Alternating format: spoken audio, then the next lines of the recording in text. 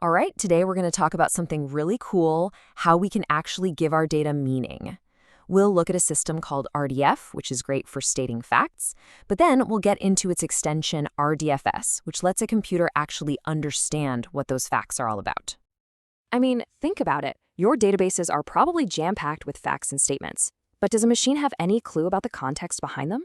That right there is the huge difference between just having information and actually having knowledge. So let's dive in and see what happens when all that meaning just isn't there. So we can use a language like RDF to lay out all the facts we want. But here's the thing. To a computer, the words we use are just strings of characters. They don't have any built-in meaning. The system has no idea that some of these words are deeply connected, while others have nothing to do with each other. And this slide just lays it all out, right? On the left, our human brain gets it instantly. Of course, a textbook is a kind of book, duh.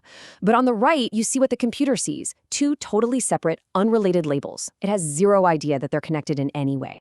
So how do we fix this? How do we bridge that gap? Well, we need a way to give the machine all that background knowledge that we have in our heads. And that's exactly where RDF Schema, or RDFS for short, comes in.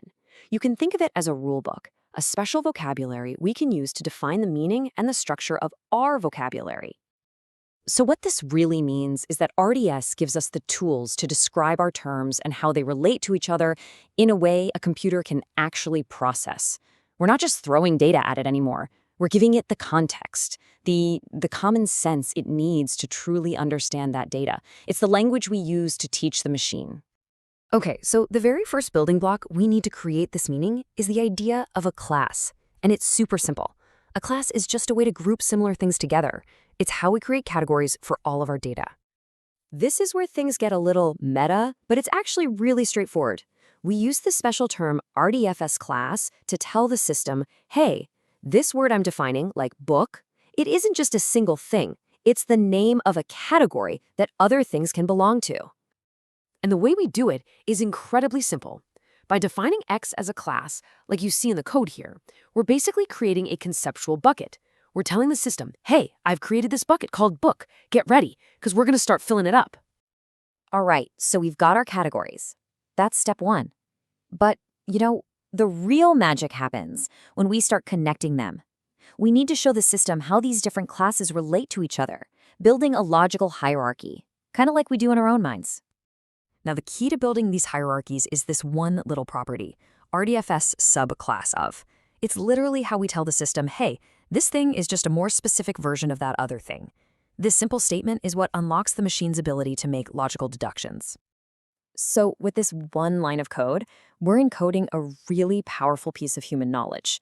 We're finally telling the system what it was missing before, that a textbook is a type of book. And just like that, the system gets it. Now it knows if something is a textbook, well, it's gotta be a book too, no question.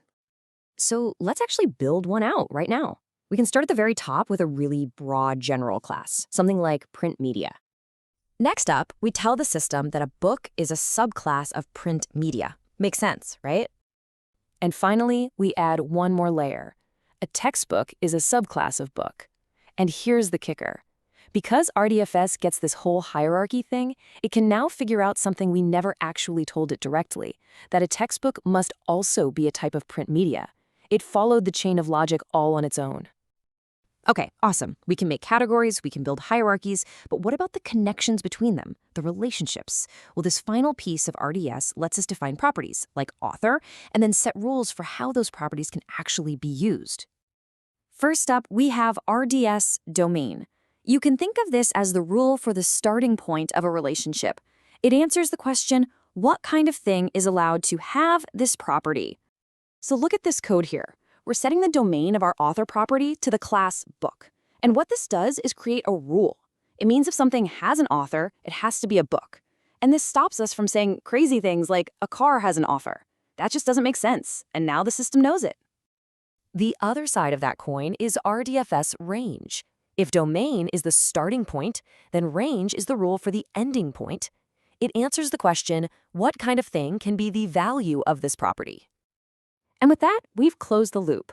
This code here says that the value or the range of the author property has to be a person. So by putting domain and range together, we've created a solid logical rule. The author property is a one-way street that connects a book to a person. Simple as that. All right, we've done the work, we've built our classes, we've set up our hierarchies, we've defined our relationships, we've created the rulebook. Now let's get to the good part, watching the system use that rulebook to connect the dots and figure out brand new facts, knowledge we never explicitly told it. Okay, let's make this real. Imagine we have a couple of simple facts.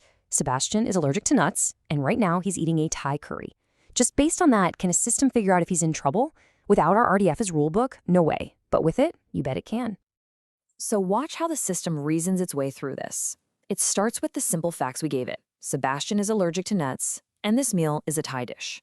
Then it pulls in our RDFS rules. Rule 3 says Thai dishes are based on nutty things. Rule 4 clarifies that based on also means contains.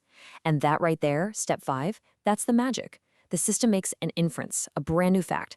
This curry contains something nutty, which leads to the final, critical conclusion. Sebastian ate something he's allergic to.